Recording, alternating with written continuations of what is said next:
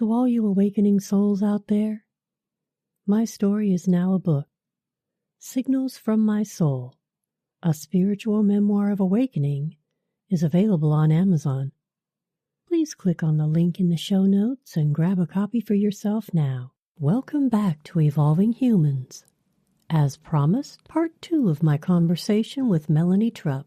We talk intuition, truth, the power of vulnerability, and so much more.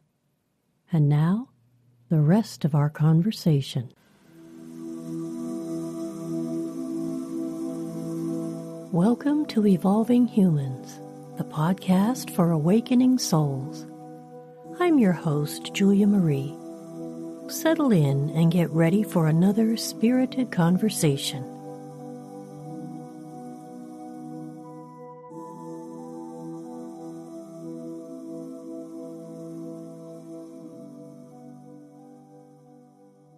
This is the belief of the world and this is the way it works and all of that stuff, of course. And then we keep adding to it, and then we seek out, I've got this little saying, our intuition is only as good as our belief system. And some people will say, well, my intuition is it's always the truth. No, it's not. So a little example is 2 people walking along the street. One person believes money falls on tree. The other one believes, well, it's really hard to come by and you got to work hard. There's a $20 bill in the ditch. Who will intuitively look towards the ditch and who will intuitively look away? Because the one who believes that money falls off the trees will intuitively look, and it will compound that belief system, and it will do that. The other one, see, it doesn't fall on trees. They intuitively look that way. So to start living intuitively from an honest, authentic place, we have to let go of our hypnosis. We have to let go of all those beliefs, because we are constantly looking to shore those beliefs up. And that's what the ego does. It constantly is looking for. And when beliefs get shattered, it's traumatizing for a lot of people. I know for me, just my whole life felt like at times it was falling apart. Everything I believed in, it was just like, who am I? Where am I? It was horrible places to be in. And that's also very scary. And so this whole journey of coming back to the ocean, I mean, it's a death of self. I mean, you don't know where you lose who you think you are. You can't just hold on. I think I'm this and hold on to something over here. It's like, there's nothing over here. You got to let go, and that's not necessarily easy. Well, it's what we're being called to do at this time, I believe, on the planet. We're being called to let go. Yeah. I mean, all I can do is say I know what you're going through, been there, done it myself. I know the truth. I know what I know as the truth, and it'll either resonate, it'll wake up. Where could I start? We talked a little bit about the no and the yes. It almost feels to me like there's an undercurrent here of the more I'm able to practice being aware, self-aware, the more I can maybe move some of this energy or change these patterns. It's a real paradoxical thing, because when you have somebody who's unaware, and I'm not trying to be, the naysayer, but someone who's unaware, who thinks, well, now I'm going to be aware, they're not really aware. Okay. And they're actually solidifying some of their belief systems and their ego in a thing. So sometimes doing this on your own I don't think that's always the best thing, because sometimes we can't see what someone can see for us. And well, that was exactly my point.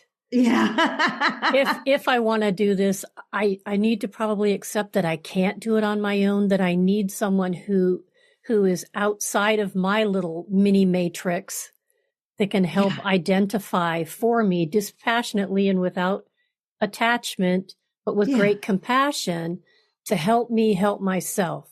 Yeah. And there's an old saying, when the student is ready, the teacher appears. Exactly. And I think that asking for help and guidance, I don't believe that it's that you can't do it on your own. It's just that, why would you? Why would you? And I think that's sort of that. And I kind of believe that you can't really trust yourself when you're in it, and so why would you? If this is really what you want, okay, then it is about opening the door. And that may be a big step right there, is allowing someone to come in. And as, being a practicing and a hypnotherapist, many of my clients were absolutely terrified to be around me in the beginning. They weren't terrified of me. They were terrified of what was in them and that I could see. And that's such a huge step. And it's just like, it's so illusionary. There's nothing inside of anyone that is so horrible. There really is not, it so is not, but that step is such a big step. Yes. That means I have to be vulnerable. Yes. Yeah. And that, in my opinion, well, you actually said it somewhere on your website about how vulnerability is important to. Oh, it's powerful. If we desire to have true intimacy, we got to be vulnerable. Yeah, absolutely. And vulnerability is so powerful. It is really I look at it when we have all the shield up, we are denying how powerful we are. We're saying, nobody can get near me. I'm so weak. I'm so this. And that's hypnosis. You're manifesting it all the time. I got to put these shields. I got to protect myself. I've got to do all this. And I'm trying to say, no, that's a big hypnosis. That's such an illusion. You are so powerful. Take all that stuff up and come on out and live in this world. And when you are that open and that vulnerable, okay, you are almost transparent. You are transparent. Nothing can hit up against you. Exactly. Just imagine that. When you're living in the world with nothing that can hit up against you, how free are you? You are so free to just walk amongst the masses. My instructor used to say you could walk through the mud and never have it stick. And you are so free. Like, it is so free.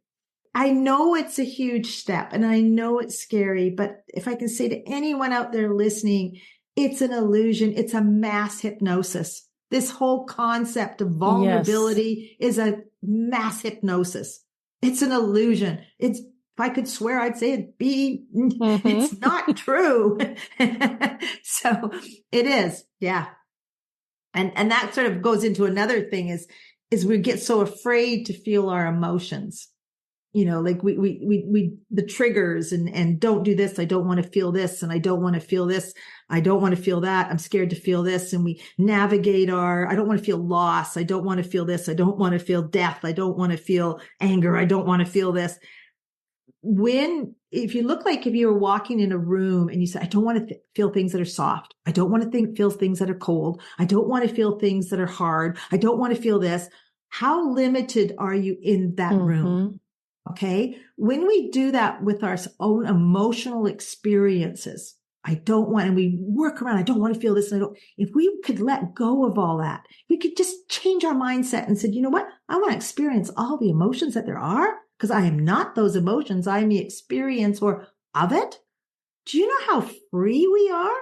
We can try new things. We can do this. We can do that. And we're not afraid of feeling things. It's an experience. Don't be afraid of experiencing these emotions. That's part of what we're here. Experience them. It's beautiful. Even grief is beautiful. There's a gift in it when we say, I'm not afraid to experience it. I'll go right to the depths of it. So I have a question that brings up a question for me since you mentioned it, because a thought came to my mind to ask you exactly about grief. What if I'm a person who gets stuck in that cycle? What does that say? Well, the life is now transformed and grief becomes my reason for living. Like my grief is my identity. Well, and I'd say, okay, I kind of look at it as 5 little buckets. Okay. One bucket is grief. One is joy. One is sadness. One is this. One is that. which bucket are you standing in? You can stand in that bucket. Mm-hmm. It's not my job to say you can't have it, but there's no such thing here as a victim. It's a willing participant. Yeah. So then I would look at it with my work. I'd say, what is your attachment? What are you more afraid of? Because if you are stuck in grief, then there's something that you're more afraid of. Ah. Okay. Because it's like, we've got these buckets here. You can go step over in this bucket. What are you afraid of? So there's no such thing as a victim here. It's a willing participant. And that's where you need somebody outside to say, okay, I see it real clear. You're standing in this bucket. You're telling me you're stuck in it. There's a bucket over here. Go over there. I can't. I won't. I got this. Mm-hmm. I got that. And it becomes so true, like the dream, it becomes so true. And I go, well, what are you more afraid of? So I have to take that person really deep through and into and open up that door. And it may be, I'm so afraid of, it could be for a lot of people, as I'm not saying it is for everybody. I'm so afraid of experiencing joy. Mm-hmm. Why? Because I want to protect myself from feeling grief again. Yep. Or I don't feel I deserve it. I have to punish myself. All those things will come up from the unconscious or even conscious, but it's kind of conscious, unconscious. We know the truth. We know it, mm-hmm. but we've been afraid to acknowledge it. Yeah. So we get stuck in our thing. I can't, something's wrong to do. Mm-hmm. As a therapist, as a counselor, I have learned with everything that I've done in my life, we can spend 20 years talking about this bucket of grief. Yep. And we can hash it out and we can mull around it and we can do a whole bunch of stuff. But there are shortcuts. There really are shortcuts. And the only thing that shortcuts us is the liberation from the hypnosis. And that in itself is conscious awareness. Mm-hmm. I have never met anybody who consciously chooses pain. Exactly. Okay. So that's what liberates us, is conscious awareness. Okay. We have to get out of the hypnosis, mm-hmm. open up to conscious awareness. And then if you choose, and it's really funny because on my journey, as I, became more conscious and awareness, I would get into these little snits or these little things. It got harder to get into them. Like it got harder because I was too darn conscious of it, and I wanted to just milk it, and I wanted to do it. And it became really hard to do it. So as we become conscious, because we recognize these choices, we see the reality of it all, it really gets hard to stay stuck. Not consciously. It gets mm-hmm. really hard. Mm-hmm. Yeah. Yeah. So I don't know where I was going with that. That's okay. No, because I asked you about people staying there. And I wanted to see what you'd say about that, because that could free so many people. If they understand, they don't have to live there. No, they don't have to live there. No. And frankly, their loved ones wouldn't want them to stay there. Yeah. Yeah. So there is that too. So yeah. There is no such thing as a victim. It's a willing participant. Mm-hmm. And we have to take that. And there's so much power in that. There's so much power in that. Hey, I'm participating in this. Somewhere inside of me, I am choosing this. What? Mm-hmm. Why and how come? And then even that can be short-lived. You can just say, I'm not doing that anymore. Mm-hmm. Yeah. I want to ask you I want to cover one more topic before we close down this conversation. I mean, you've been very generous with your time and your wisdom, but I hear a lot about codependent relationships and dependency and interdependent. And so would you mind speaking to that broader topic? Yeah, we're going to come up a few levels here to the surface level of relationship in our day-to-day lives and stuff like that. So codependency is what I feel is dependent on how you feel. If I can make you happy, then I can be happy. So that's on the emotional level. Okay. Mm-hmm. We can also do it on our financial level. We can also do it on our physical level, is how you are, is how I can be. You want to sit on the couch all day. I can't do that. I can't go out and run and be healthy. So it's like a dependency. What you do affects me. And that brings in manipulation, that brings in coercion, or that brings in just acquisition. Just because you are this way, that's the way I'm going to be. Okay. So that's your codependence. That's your dependency and kind of a codependence. They're almost dependencies. I've given up everything. I'm not even going to try. I'm just going to I'm totally dependent on you for how I act, what I think, how I feel, what I do. I'm completely dependent on you. Are me. You're going to tell me who I can be and how I can be. I'm totally dependent on you. And interdependency in a relationship is we are both independent, because I don't believe in being independent. I think there's an interdependency is where I am me, you are you. And within that, there is an element of sometimes dependency. I'm going to depend on you to be honest with me. I'm going to give that to you, but there's an awareness here that I'm not blinded to it and I've given away it. Okay. So it's a choiceful thing, or I'm going to be dependent on you to clean up the room or do something like that, and when you don't do it, like there's still that I'm not totally reliant on you to do everything. It's sort of like an interflowing. It's not an independent. I'm also, your feelings do affect me and I can put boundaries on it, but I'm not dependent on you to feel that so I can feel this. Okay. So there's that real awareness that goes in there, and there's sort of like that flow. And I think that's just a really mature, common goal that we want to have, that we have an interdependence. Yes. So a lot of people in relationships, they either are dependent or independent, and the codependent is kind of like, it's a little bit codependent. It's just like, I'm still dependent on so many things for you. Like I still don't know me. I can't separate myself off, is the way that I look at it. And that for me, codependent is it's almost both sides. Like there's something over here that I depend on this person for, and they depend on me. Could be for something different. Sure. But it's without it, when you don't have, and that's what interdependence, it kind of just separates it off. If I don't get that from you, I'm still okay over here. Exactly. Whereas if I'm codependent, I'm not. Not really. Or there's a manipulation underlying or coercion that will come on because I still need that from you. So I can't separate, or I'm going to get angry at you, or I'm going to get frustrated at you. Instead, it's sort of like that place is, yes, I would want this. I would like this, but I don't need to have this. Okay. And when you take that need out for this, and it's kind of hard to say, because like I have my partner, there's things I need from him. I want from him and I need from him.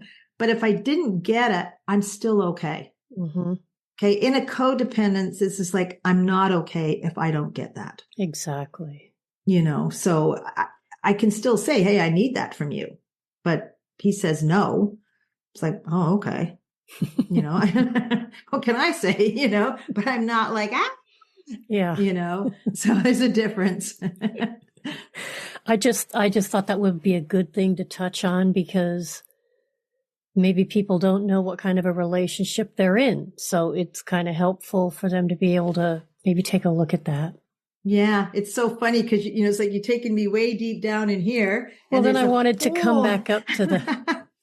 Takes me a while to come back up there. Oh, okay, we're on this level here of these things that we just talked about are so irrelevant, but they are our day-to-day lives. They are what we have. Yes. Yeah, for sure. So and for those that are at that level, I thought it was valuable for them to have. It's very valuable. It is. It's just, you put me on a roller coaster there for a moment.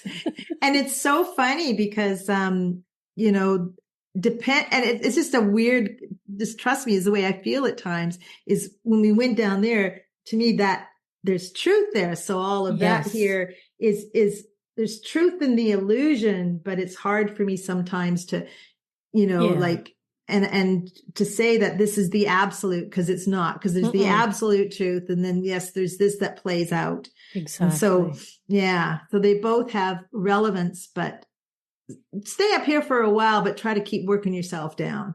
Well, there's a lot of people that got to start somewhere. And maybe in identifying that surface level stuff is a good place to start. I think I started not even on the planet, so that's okay. I had to come all the way down into my body to start understanding just some of this stuff. So yeah, absolutely. Yeah. I just don't like to stay there. When I work with someone, I want to work with them where they are for sure. And let's get this up. And when you're ready, and sometimes just that shift of coming into a deeper consciousness, all of what was a problem up here doesn't exist. Isn't. Yeah. Yeah, it isn't. So if the student is ready, the teacher always appears. And if sometimes there's jumpers, and you just have to say a few words and they just jump right down. Okay. Whoa. And all of this stuff here is like, what are you talking about? That's not even an issue anymore, and then there's other ones that, I got to spend a lot of time with, and some of them are just okay here and their lives are working out really great. And that's where their soul is meant to be.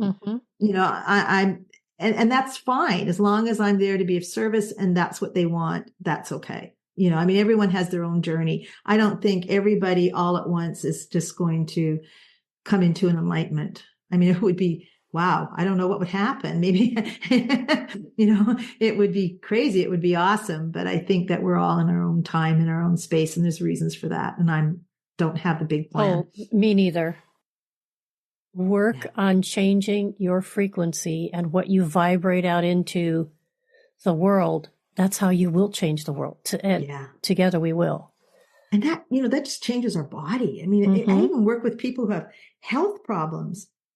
And when we let go of some of that stuff, our body is manifesting. Isn't it miraculous? It's so miraculous. It's just amazing. And the energy of you just see the light, the face lights up, the energy. I'm very in tune to energy and stuff like that. And you can just feel the lightness of somebody. And it's just like, wow. And what's really neat is you're just drawn to that light, and I think that's all we need to do is become that light. And when we become that light, more darkness comes to the light. And that's how we transform. So it's up to us to lift all those veils of darkness and illusion. Exactly. And just, become the light. And that is so, so valuable, important, and what a great purpose. We just need to be the light we already are. Exactly. And that's where you just lift all that stuff off. We don't have to become anything. We just need to be who we are, what we are. Yeah. And that goes back to your question too. It's sort of like where we hang around the light. It helps us. If we hang around in darkness, we'll stay in darkness. Exactly. So it is about seeking that out and hanging out and just hanging out. That's the old sympathetic resonance thing. Yeah. A rising tide lifts all boats, using your ocean analogy. Yeah, for sure. Oh, it's been so great. We are coming to the end of our time. I could keep talking with you personally for quite some time, but I'm going to respect your time. And so before we close, can you tell the people where to find you? If something about what you said today has inspired them, how can they find you? Yeah, I have my website and it's EPIC, EPIC, transitions.ca, EPIC standing for Empowering Personal Improvement and Change. So on my website there, I've got I primarily, as I say, work with women, all about relationships. I also have a private counseling session, which I do now on Zoom. And there's ability to book appointments with me online. I am so open. I cannot express it up as much as I love to work with women and do about relationships. I'm very much open to working with people who anything else resonated with them, because as I said, I spent 10 years self-inquiry with my yogini practice and spirituality, and these depths of conversation is just like, you got to start somewhere. So that's. Yes. You also have a free gift. Yes, I do. For the listeners, so please share how they can access that. Okay, what I'd like them to do is tell me that they listened to your show. I think that's in all fairness, okay? And Perfect. 5 people that will email me, which is Melanie@epictransitions.ca, said that you listened to your show and that you want their free gift. I have 4 workshops, okay, that you'll see on there. They're the 1-week online ones, and they can have one of their choosing. I'm only going to give one of each. So there's 4 of those. And the other one is a free ebook that I have now, which is just about a relationship audit. So that's 5 things. I'm only giving one of each away. So the first one I'll say, this is many left. Which one do you want? The only thing that I'm going to ask in return for that, as much as is a free gift, is I just like their reviews of the course that they've taken so it can help other people. Yeah. So just email me and say that you listened to me on this podcast and go from there. 5. Okay. So first 5, as it goes down, well, there's 3 left, there's 2 left, and this is it. That works for me. Okay, awesome. So before we close out, I want to ask 5 questions that I ask every guest. Okay. The first question is 3 words to describe your spiritual journey. Profound, enlightening, mind blowing. Can I put that extra word in there? Yes. We'll hyphenate it. Okay, thank you. What is one thing that people who know you would be surprised to learn about you? I don't know. I'm such an open book. That's fair. Yeah, thank you. Because I really don't know. I hold no secrets. In fact, sometimes I've been told I'm too open. Then that's fair. Okay. So question 3, what has been your greatest spiritual lesson? I am not my body. Huge. What is the most important thing each of us can do to change the world? Heal ourselves. This has been the message right from the beginning since I started talking to you. Yes. Is clean up our own house before we start cleaning up others. Do our work. And finally, what does being an evolving human mean to you? People who are doing their work. They are becoming more conscious. They're taking accountability and responsibility for their actions, for their triggers, for their emotions, for what they project into the world, how they want to see the world. It's 110% responsible accountability. They are creating their reality. So do you have any final message for the people that are listening here today? Oh, this one always comes in my mind. It's called Wake Up. I think that's one always shouts through the back of me. Is, come on, people, wake up. Stop waiting. Please. Yeah, it is. It's just wake up, wake up. How can you not wake up? Wake up. You know, the end to all the suffering, the end to all this chaos. Yeah. It's just like, sometimes it just blows my mind away. And I know people are trying to wake up, and they are, and your listeners are probably those that are already starting to wake up. Otherwise they wouldn't be listening to you, but it's the ones who are not listening. Like, please wake up. Now they'll be able to share this episode with their still slumbering friends. Yes. See? And the ripple effect comes out. Exactly. Yeah. It's been such a joy talking to you. It's just been, like I said, we could go on for hours. So no, you've shared your wisdom. I really appreciate it. I'm so grateful for the time you gave us today. And so I'm just going to say that's our time. Your support of Evolving Humans through your shares is greatly appreciated. If you need some clarity around a situation in your life, please go to juliamarie.us and click the Book Now button on the homepage. And now, a quote for you to contemplate as you go about your day. The best and most beautiful things in the world cannot be seen or even touched. They must be felt with the heart. Helen Keller. Beautiful. Thank you so much.